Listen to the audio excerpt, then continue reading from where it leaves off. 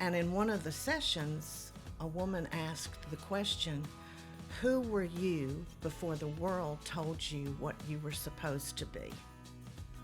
Okay? And that's when I heard that, I didn't think about me, I thought about her. And I thought, the world told her growing up in the 30s and as a young woman in the 40s, she was supposed to be a version of her mother. And she didn't listen very much, I guess, or she listened and pushed back.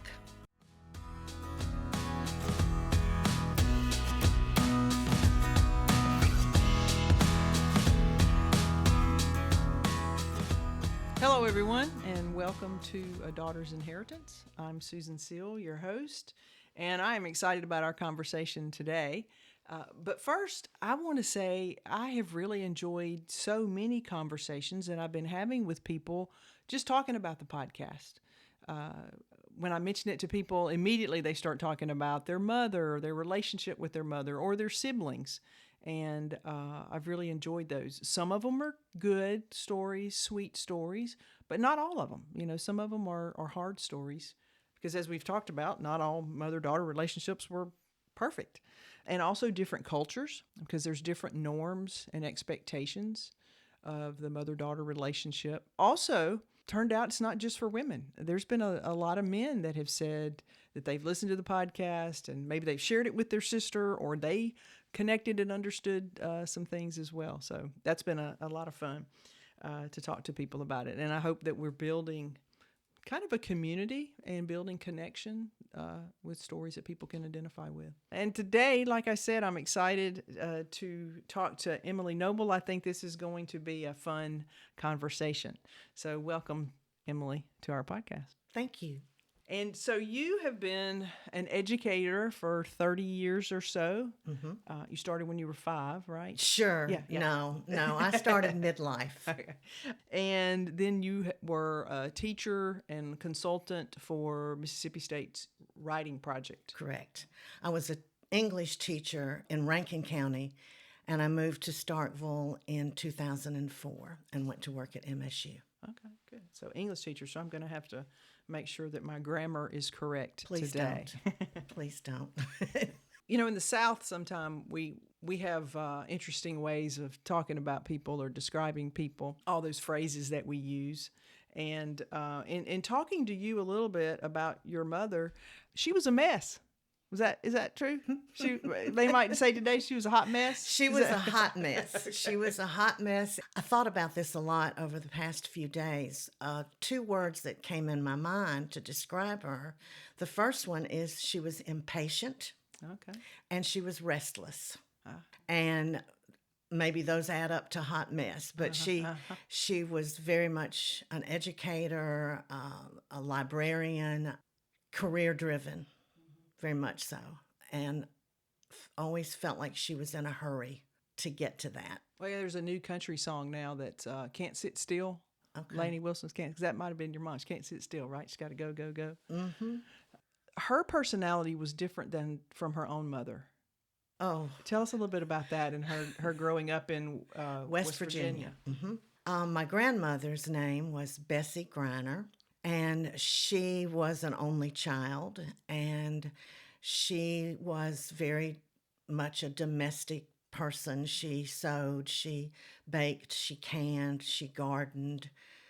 She did all of those traditional things. Grandmother Very things. Traditional grandmother. And my mother didn't really have any interest in any of that. And I don't know if that was from when she was a child or as she got older. But from what I could tell from when we've talked about it, those things just never interested her at all. So I think it probably disappointed my grandmother that she didn't have those interests. And it was always a division between the two of them, you know. So what were her interests? My mother's interests? Yeah. What did she like to do? Can we talk about those things? Oh, yeah. It was she loved the arts. She loved literature. She loved.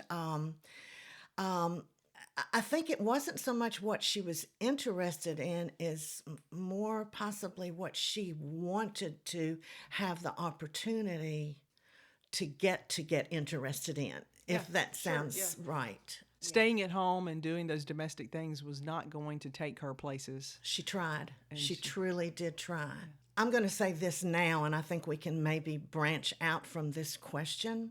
A few weeks ago, you remember I told you I went to the Southeastern Lutheran Assembly Right. Synod, and in one of the sessions, a woman asked the question, who were you before the world told you what you were supposed to be? Okay? And that's when I heard that, I didn't think about me, I thought about her. And I thought, the world told her growing up in the 30s and as a young woman in the 40s, she was supposed to be a version of her mother. And she didn't listen very much, I guess, or she listened and pushed back. Maybe that's a better way to describe it. I think she pushed back, even in the midst of like the pictures that I showed you of family. Knowing her as she got older, I think I realized that she was pushing back, but doing what was expected. Okay, and I think she was trying to do it respectfully. absolutely. But I just don't want to do that. Absolutely, absolutely. And it wasn't really, we lived in West Virginia until 1967 when I was a sophomore in high school, and we moved to Jackson. And my father was an engineer. And for context, he grew up with two brothers, and his mother is who raised my dad and his brother. His father was nowhere around. So the disconnect was he was doing well enough financially to where it was a one-person income. And it turned out to be, as I was in those teenage years, I started to pay attention a little bit more. Before that, I was just, what are we going to do? Where are we going to go? What's it going to be like? And then in high school, I started paying attention and I saw a division. I think he was like, what else do you want? I'm working. We have a nice home. You don't have to work, but you want to work. So I think that maybe gives a little bit of context. So you were showing me pictures of your mom. She was a beautiful woman. Yes, she was. Thank you. A pretty girl and a beautiful woman. And so how did she meet your dad? Well, it was in Parkersburg, West Virginia. She had left home when she was a young woman. And this is a great lesson in irony. As a teacher, I would absolutely use this as a lesson in irony. Remember, I told you she didn't have those domestic skills, okay? She went to work in Parkersburg. First, she worked for a radio station, and she was the hostess, back then it was hostess, of a homemaking show. Oh, really? And that was so far out of her wheelhouse, but she made it work. She made it work. She made it work. And when she told me that, I remember as a young woman, my jaw kind of dropped, and I went, so wait, you did a homemaking show about what? She said, well, I just read a script. And I went, okay. So she enjoyed that, though. She did. And at this point, she had graduated high school, had not gone to college, and then she moved away, and then she left the radio show and she went to work for the Internal Revenue Service, doing what, I don't know, probably a secretary of some kind, I'm not sure. She worked back when people took shorthand and things like that. So somehow she met my dad then. I don't know if it was there at work, because he certainly didn't work for the Internal Revenue Service, but they met somewhere in Parkersburg. Somebody may have introduced them to one another or something of that nature. But they met, and they didn't date or court for long at all before they got married. And my brother and I asked her years later, one time we were all together at home, just the three of us, and he said, Mom, you and Dad were so different. Why did you get married?" And this was the educator, the PhD. She said, "Well, he was just so good looking." Which he was. Well, she's not the first woman to marry somebody just because they were good looking. That's I don't true. think, right? That's true. So they met, and then they married in May of 1950, and I was born in July of 1951, and they stayed together for a while, a pretty good while, but not forever. So, did you had other siblings at that time? My brother is 4 years younger than I am, so he was born in 55. I was born in 51, and he was born in 55. Okay. So they were married for. I want to say maybe about 30 years. Okay. And we had moved to Mississippi by then, and that's when things began to change. I think there were probably moments of unrest prior to, but it was, as I look back now as an older person, I was thinking maybe they were, let's see if this works. Let's see if this helps, you know. Your dad, his response was not that different than a lot of what we've seen today. What else do you want? I remember, do you remember Laura Schlesinger on the radio? And I remember hearing her one time, and she said, men, they come home, the wife's still there, there's something to eat, there's beer in the fridge, I have a job, I am happy. The woman comes home, he's a great husband, I have great kids, we have a great life, great house. I don't know, I'm just not happy. And I wonder if the word is happy, or maybe in today's language we would say fulfilled. Yeah, yeah. I'll never know the conversations they had. Sure. Probably don't want to know, You don't remember a lot of fighting or anything? Well, no. I'll tell you what happened in our household. There would be an argument. We never heard that. But then there would be days of silence. And that was not fun at all. The silence would just be so heavy to where you thought, God, can they please make up? Please. When did she go to college? Sporadically. When we lived in West Virginia, she went across to a little school in Marietta, Ohio called Marietta College. And she took some courses there. My dad also took some engineering courses. He had never been to college either. So they were doing this for a while together. And then that's when we ended up moving in 67 here. She started taking courses in Jackson, what was at the Research and Development Center there off in of Jackson, Mississippi. Yeah, sorry. And off of Ridgewood Road. She started taking courses there through University of Mississippi. And she got her bachelor's. And then she continued and she got her master's. The thing that I remember the absolute most, and they were still married. They were still together. And then my father was hired by a tile company in Dallas, Texas.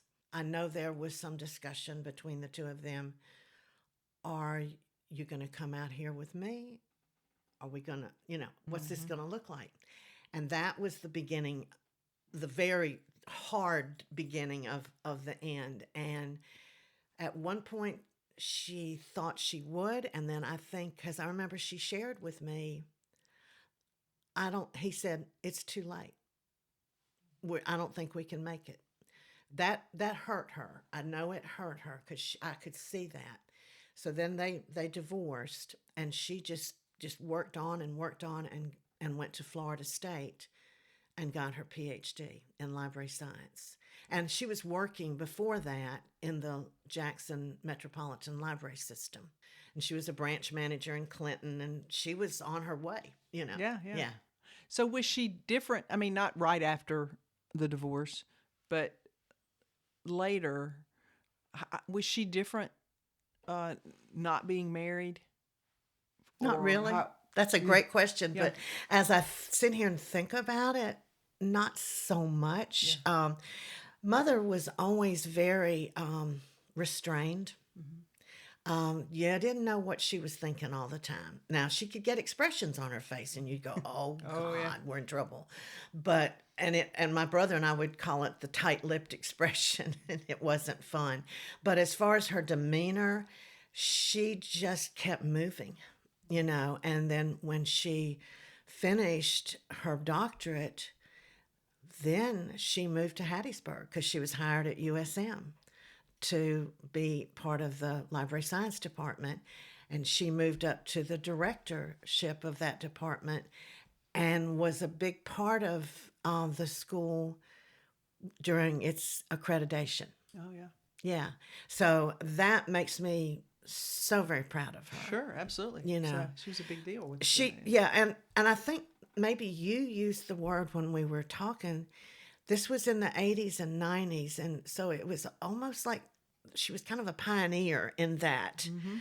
It wasn't it wasn't the norm then, particularly to leave everything behind. She was paving new ground for And I remember going to Tallahassee and seeing her get the being hooded as a PhD. And it was so special. Did she marry again? No, she didn't, but she had quite a relationship when she moved to Hattiesburg. Now it's going to get spicy. It gets a little spicy, the spicy side of Joy Griner, which I don't think we've said her name. It's Joy Griner, but she took her maiden name back, so that tells you something. She was Joy Jones, and she went to her maiden name, Joy Griner. She lived in a condo in Hattiesburg for a little bit. Well, actually, first she lived in an apartment, and that didn't last long. Then she bought a condominium, and then she bought a house. And I remember helping her move, and that was fun. And she lived in a lovely little neighborhood, and there was a couple that lived next door. He was a professor at USM in the chemistry department, and his wife was, I don't know, I never knew her.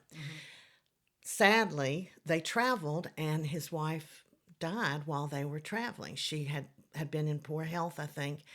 And so she had been with Elizabeth and Jim for dinner and things of that nature. But then after a respectable amount of time, my mother and Jim began to see one another. And they lived right next door. And they just started being a couple as far as they would do the things that I think you asked earlier. What was she interested in? I think that was the time that she found someone to share those interests. They would go to all the theater productions at USM and at Hattiesburg Civic Light Opera. They entertained people from the university. They started going to church together. They went to a Unitarian church. They were never just typical. And then they would. I remember on Saturday afternoons they would sit and listen to Prairie Home Companion together. They talk about books. They would watch certain shows together. Yeah. And during Katrina, they were right there. I tried to get her to come home with me. Oh, really? No. We're fine. So, yeah, I mean, she was in Hattiesburg. They were without power and all that. Literally weathered the storm together, huh? Literally weathered it together. Yeah. So she found that, I remember Jim died a few years before my mother did, and she talked about him in such a fond, loving way, and she shared with us that he was the best relationship she had ever had. And I remember thinking, oh, well, I get it and I respect it, but that tells me everything I need to know, about her relationship with my dad. So let's go back a little bit. What kind of mother was she as y'all were growing up? Well, you remember at the beginning we talked about she tried. I think wanted to do her absolute best. We had the birthday parties. We did things together, but at the same time, I don't remember, like, I've heard the other podcast. I don't, we didn't cook together. We didn't do crafts together. We didn't do any of those kind of things together. I remember we'd stay up, she let me stay up and watch The Tonight Show with Steve Allen or Jack Parr. That goes that far back, okay? So there were times like that, but I was closer to my dad. To be honest with you, I was very close to my dad. You were a daddy's girl. I was. And where we lived, in the neighborhood where we lived, this is in West Virginia, I would wait for him to come home at the end of the day. And we would go to the grocery store together. We'd go here, there, and yon together. And I think she just liked her time alone. She wasn't a nurturer. She didn't wasn't. have a lot of that maternal. And that doesn't mean, she just wasn't. Yeah. She wasn't. And I'd like to think that somewhere in there she wanted to be, but I don't think she ever found her spot, Like when we came to Mississippi, she saw women who were a mess or who were active and this and that, and she just couldn't retch up the drive to be that way. Yeah. So as a child, I remember her always there, but the best part about her as a mother, whether it was when I was younger or up until she became less of herself because of Alzheimer's, she was always ready to help financially if I needed it, if I was going through a hard time. What can I do here? She never hesitated. That was interesting to me. Maybe that's where she felt and that was after she had done well in her career to where she was comfortable doing that. Well, and so she pushed herself. I mean, she bettered herself. She continued kind of throughout her life. She did. Did she do that with you and your brother? Did she push you to? She wanted me to. What were the expectations that she had? I don't think I met her expectations. I truly don't. As far as degrees are concerned, I don't think I ever did. But I do think that when I began working here at MSU and the work I did with teachers, and as the years progressed, I don't think she understood it. When I would say, well, I was in a classroom and I did an observation and that led to a classroom demonstration and blah, blah, blah. And she would go, oh, well, that's nice. But I think she really wanted me to follow in her career path. And I just never had that drive, So I think she was proud of what I was doing, but I sure would have liked to have seen her go further in her education. And I didn't. Was she different with your brother? Oh, gosh. Rocky irritated her to no end because he was Rocky. When he was younger and my dad had moved to Dallas and Rocky was still there, he was a teenager, young, and then in early 20s, and he didn't absorb her energy like I did. And he just was like, I'm going to go do what I do. I think he irritated her, but at the same time, she could laugh at herself and with him. My sister-in-law told a story about when Rocky was supposed to take his ACT. He'd stayed out all night, literally all night. She knew he was scheduled to take the ACT the next morning, and she didn't sleep, and she didn't rest, and she worried. And he came home, and she lit into him, and he was like, I'll be fine. And he aced it. Remember I told you when she wrote a letter to her grandfather telling him about her children? This was when I was about 12. And she said, Rocky is placid, and Emily's complicated. So that's what she sent this letter to her grandfather. To her grandfather. And my brother found it after my mother died.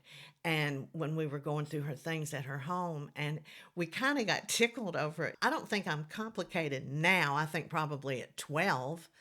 Absolutely, I How was complicated can you be at 12? Well, I think I was Oh, no. preteen complicated Yeah. and difficult and moody. And Rocky was like 8. He was like, yeah, placid. Yeah. That's funny. Well, and just the mother daughter relationship is different than the mother son. Yeah. I mean, it just in most cases, the son can get away with things that the daughter sometimes can't, or the expectations of the daughters are different. As you got older, your mother didn't like of the guys you dated or whatever was because she had been married for a long time. Was she trying to push some of those expectations on you? Absolutely.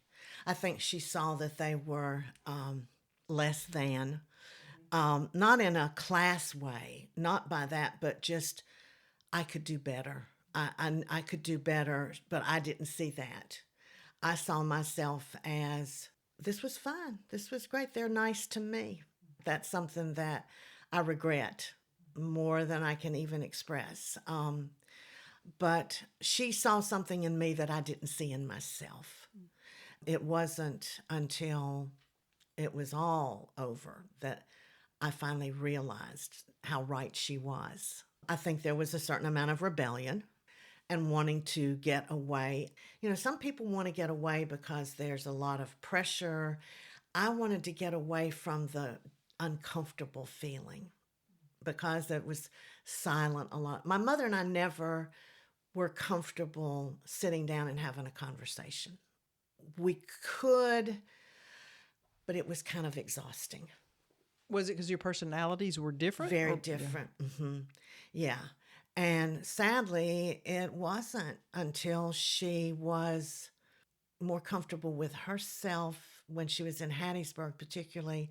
And after she had retired, she worked long past retirement, that she lightened up. And I began to lighten up as well. I think the truth of the matter is, and this is hard to say, but I want to be truthful. I knew I was in a bad relationship. She knew. I didn't want to admit it because I thought that would make me look wrong or maybe prove her right. There were times that I was able to let her know I understand, you know, as she was older. But I think when we're doing something wrong, we know we're wrong and we don't want to admit it. That's I a don't need somebody else to tell me. horrible place to be. It's horrible, Yeah. you know. So I think that was part of our rift. But so did your relationship change as as you both got older? Yes, yes, much more. And sadly, it was around things like her health. She was diagnosed with Alzheimer's, but didn't tell us about it for the longest time. And my sister-in-law was the one who was able to find more out from her and then shared that with me. My mother didn't like to take medicine. She didn't like to do any of the things that it would help her to have done, you know, but she didn't do that. She thought she could fight that. And I remember after she retired, she was asked to write something about the School of Library Science to go into the archives. And she asked me if I would help her. And I was so thankful for that. That was a big deal. Oh, it was wonderful. And then remember I've told you about Jim, okay? When he died, they had a memorial service for him at the church where they attended together. And his daughter asked if she would speak because his daughter didn't realize that she had been diagnosed with Alzheimer's. So she really put some effort and time into preparing what she wanted to say about him. And my sister-in-law was in town. One of my daughters was with us. And the caregiver for my mother went with us, and we all went together. And I remember just sitting there, just hoping she's going to do this. Yeah. She's Can going she to get through this? Can she get through And she this? did a beautiful job. She found her way. You told me a story about a Barbie. I did. So tell us that story. Okay. It's one of my favorites. This was when my youngest daughter, Marilyn, was still in the Barbie doll stage. So Marilyn was probably 7, 8 years old. I lived in Brandon, and mother lived in Hattiesburg. She lived alone, happily alone. She would go to work at USM, be there. She would maybe come home, drink a cup of coffee, have a light supper, and go back out This to was shop. before gym. This was probably pre-gym. Pre-gym, Yeah, yeah. absolutely pre-gym. So she called me, and it was landline too, no cell phones. And it was around Christmas time. And one thing I didn't share with you, she didn't do her Christmas shopping remotely early. Okay. It was like up to the wire. Okay. Hey, that's me. And that's fine. That's After Thanksgiving is when you start thinking about it. It's overrated. So, yeah. But she would say, so she called me. And I answered the phone, and she had the same thing that she would say, Emily, this is your mother. Yes, ma'am. How are you? What's going on? Well, I'm going shopping, and I don't. Because you wouldn't have known it was your mother. Right? No, She gosh, had to no. identify no. herself. It was always, Emily, this is your mother. So I said, okay. But I can't think of anything to get Marilyn. And one thing that was so funny, it was almost like it was Marilyn's fault that she couldn't think of what to get her. And it wasn't, but that was how it sounded. She's so hard to buy for. Yes. So I said, well, she's really been interested in, she still loves Barbie dolls. And her favorite one that she's been asking for is called Dream Date Barbie. And she said, let me write this down. And Dream Date Barbie. Are you sure that's what it is? Yes, ma'am, that's what it is. Okay. Well, I'll see what I can do. So the next day, Emily, this is your mother. Yes. Well, I went shopping last night, and I went to every store and asked, and I couldn't find Date Bait Barbie anywhere. And I remember standing there and going, wait, you asked for what? And she said, Date Bait Barbie. Isn't that what you said? And I went, no, mother, it was Dream Date Barbie. And she went, oh, well, for heaven's sakes. No wonder they looked at me so oddly. I said, that would do it. So, yeah. And the people at the store were, They went home, they were like, there's a woman that came in asking for date. I thought of something else if we have a minute that was funny. There was a recipe. This is before Alzheimer's. Oh, gosh, yeah. Yeah, she was in she was what, I guess, an enigma? Yeah. Because here she was, highly educated, very smart, very well read, but the everyday things of life just disrupted her. I can't think of another word right this minute. Okay, so this is so funny. I have written on my paper when we had lunch together. Yeah. Ditzy. So I think you said that earlier. I did. Yeah, absolutely. Absolutely. Hence, when we started seeing signs of Alzheimer's, it was hard to tell. It's hard to tell for a little bit, but then there were other things that showed up that were definitively Alzheimer's. But the one other thing that she would do that would tickle me, and I thought about this the other day, there was this, I don't know if you remember, back in the 90s, this recipe came out. It was chicken, like not breaded, but deboned and skinned chicken breast, or really just the tender things. You would mix, it was so bad for you, you would mix sour cream and mushroom soup.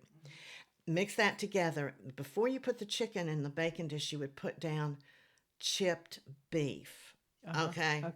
And then you'd put the chicken on top of that, and you'd mix the sour cream and mushroom soup. Okay. And then if you really wanted to just do it to the nth degree, you'd put strips of bacon on top of that. Okay. This is a high protein meal.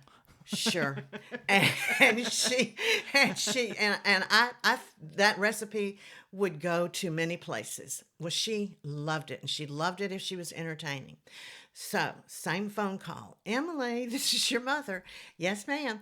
I am trying to get that damn recipe for that damn chicken, and I can't find it anywhere. Now, what is it I'm supposed to do with that? And I remember I wish I would just kind of put my head down and go, oh, dear God. Oh, here we go. So I'd say, okay, I had it memorized. I'd start, and then she'd say, wait a minute.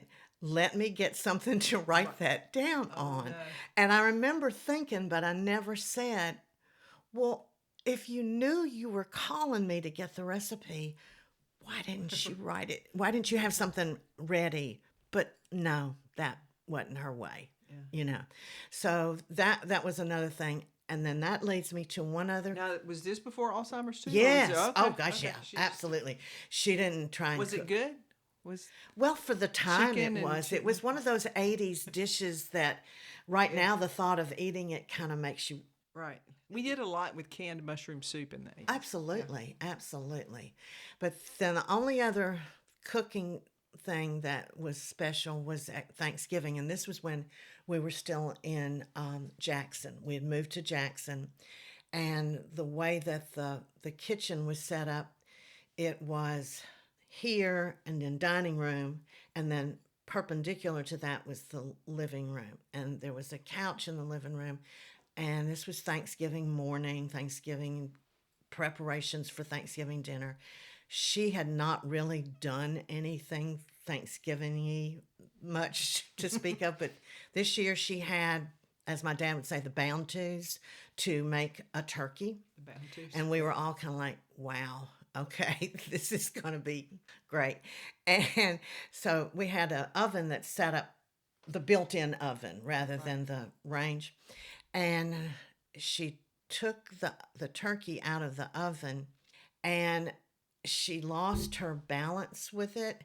And my father was at the end of the couch kind of taking a nap. The TV was on, and he woke up to the turkey literally sliding across the floor into the dining room, and she was screaming, and he was like, what the hell? And so that happened, and that became Kind of like Christmas funny Vacation, story. except Thanksgiving. Right? Yeah. But the thing that was so unfortunate is that she wasn't able to laugh at herself at that point. You know, we told the story later, and she could get tickled. But at that time, it was devastating to her. It was like, see, I told you I can't do all this, you know. And she really wanted to be at that level. Yeah. She wanted to say I tried, at least. What kind of grandmother was she? Oh, my oldest daughter, Melissa, she adored her. That she was the first child and first grandchild, and very close to Melissa. She did get to know Marilyn as well. I think Marilyn was more forthright in a lot of ways. Marilyn would irritate her. But she liked to take both of them like to museums, to plays. They would go to a movie together. They would do different things together. Marilyn wrote something about her recently that I can share if you'd like. But Missy was the one who she really was very close to in the early days when Missy was a baby. I was a young mother. My mother was more present then, and so was my father. So, and her being the first and we lived with her for a while when I was going through a divorce. So, there was a closeness for sure between my mom and Missy. And then with Marilyn, they grew to understand one another better as Marilyn got older. Was Marilyn like you? I'd like to think she's so much better. Marilyn, she would say she was complicated. Okay. Yeah. Well, like we still laugh about this at Thanksgiving in Hattiesburg. Now, this is not my mother's fault or responsibility, but Marilyn didn't have much of an appetite for Thanksgiving food. Mm-hmm. She didn't like it. So we drove down. In my family too. We drove down there from Brandon, and my mother would go to Heavenly Ham in Hattiesburg get Thanksgiving dinner, and it was the typical sweet potatoes, green bean casserole, turkey or ham. Mm-hmm. And when we were leaving, Marilyn said, "Mom," she was probably about 12 or so. She said, or 13, "Mom, so are we going to stop anywhere on the way home? I'm hungry." And my mother said, "What do you mean you're hungry?" And she said, "Well, I didn't eat any of that food." And my mother was furious. It really, and it hurt Marilyn's feelings, and it hurt my mother's feelings, and I just stood there like an idiot in the middle of all of it because she said, "You are so selfish," and that hurt Marilyn's feelings. But they made it They made it past work. that. Now, They made it past that. Marilyn is the one who has written something Yes. about her. Yes. So would you read that I certainly for will. us? This was written just recently. My mother died in 2015, but Marilyn and I were talking about it after I had been to Hattiesburg to refresh her gravesite with flowers. And I just titled it More About Joy from Marilyn. Joy would reheat the same cup of coffee 3 times. She could bat her eyelashes just as perfectly as a Hollywood movie star. Her skincare was impeccable. Her vocabulary was something to envy, and her love for cats that no one else could love was in a way envious. I have so many memories of joy, being taken to the university, surrounded by children's books. It gave a different meaning to our own devices than what is thought of in today's world. I felt rich when I was in that room of undiscovered stories. I owe my love of literature to her. I owe my disdain for nondescript people to her as well. She left her mark, and I'm now grateful that some of it rubbed off on me. That fits her to a T. That is really cool. Now, her disdain. It doesn't. I don't mean for it to sound like she was classist or elitist, because she certainly was. I mean, she came from the rural hills of West Virginia. It's not like she came from Fifth Avenue or something. You know, if people talk too loudly or ate too much or too loudly, She noticed it. Oh God, did she notice it? Well, it's like that, the insurance commercial now about how don't become like your parents. Yes. Where Yes. I forget what it is, but it's somebody that walks in and the guy wants to say something. It's like, we all see it. We all see it. But my mother was that way. We'd go out to dinner, and I would know when they walked in the door. I'm like, my mother is going to say something about their hair. And I was thinking that we all see it, Mother. We all see it. We don't have to talk about it. One time when she was in the hospital in Hattiesburg, she'd had a stroke, very light stroke, and I drove down there and I got there, and she was in good spirits. And you know, in hospitals you see all kinds of folks, and I don't know how she was able to observe this. Maybe she had been in the ER, I don't know, but she said, "Have you seen the people that are here?" And I went, "Well, I haven't really paid any attention, Mother." She says, "Well, good Lord, it just looks like they've all just come down from the hills or something." And those kind of things stuck with me. And she was from the hills. She was. And I remember saying to her, "So, in other words, like where you came from, right?" And she went, "Well, I didn't mean it that way, you know." So she was who she was. Yeah. Alzheimer's is, and we've talked about it in other podcasts, it's a horrible thing. Mm-hmm. There are also some funny things that come out. There just are. Mm-hmm. And there may not always be funny right then, but as we look back, you were telling a story about your mom asking about where your dad was. Mm-hmm. Mm-hmm. Yes, this was in Hattiesburg, and she was at this point in a very nice assisted living facility. And I would drive down from here either on Friday afternoons or Saturday morning and spend the weekend. And so I got there Saturday morning, and it was in September. I remember because it was hot, and I walked into her apartment, and it was even hotter in there. The heat was on, and she was oblivious to it. She was sitting up. She had had her coffee, read the paper, and she was glad to see me. And I said, "Mother, it's hot in here." "Oh, I hadn't noticed." And she got a lot easier back then. Then I went in the bathroom where the litter box was for her cat that she took there with her, and it was full. It hadn't been emptied. And so I went down to That's not like her. No. Well, they were supposed to take care of that. Oh, gotcha. So I went down to the station where the nurses and the assistants were, and I just asked them, "Have you not been in to check?" And so we had that little conversation, and I went back, and I was in the bathroom on the floor cleaning the bathroom. It was messy. She was sitting like on the bed adjacent to the bathroom, and she was just musing and thinking and talking and oblivious to the smell of cat stuff. And she said, "Now, I haven't seen your father in a while. Is he okay?" And I just was kind of in that place of cleaning, and I went, "Yes, ma'am, he's fine." Because they hadn't been together in a long time. No. And he had died by then. And I said, "Yes, ma'am, he's okay." And I just kept on cleaning. And she said, "Well, now, has he been sick?" And I said, "Yeah, you could say that." And she said, "Okay." And then it was this flash of memory came back to her, and she went, "Oh, now, wait a minute. Didn't he marry someone else?" And I just sat there and I put my head down. I said, "Yes, ma'am, he did." And she said, "Well, to hell with him then."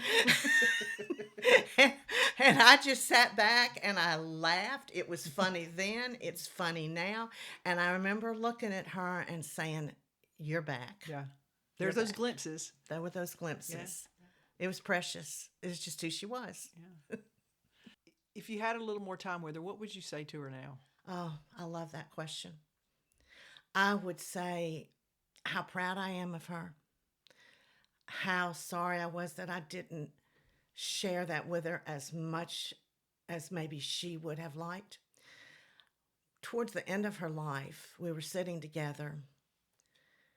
This by now she had moved to Dallas, so she could be my brother and his wife could help with her, and I would go there and spend the weekends with her like once or twice a month.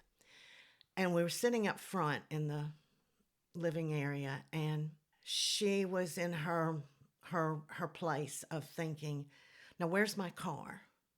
I've got to get to classes." She was in that place of thinking, "I'm still teaching." She wasn't frantic, but she was just trying to plan everything. And I said, "It'll be okay, Mother. It'll be okay." And she said, "Emily, you don't understand.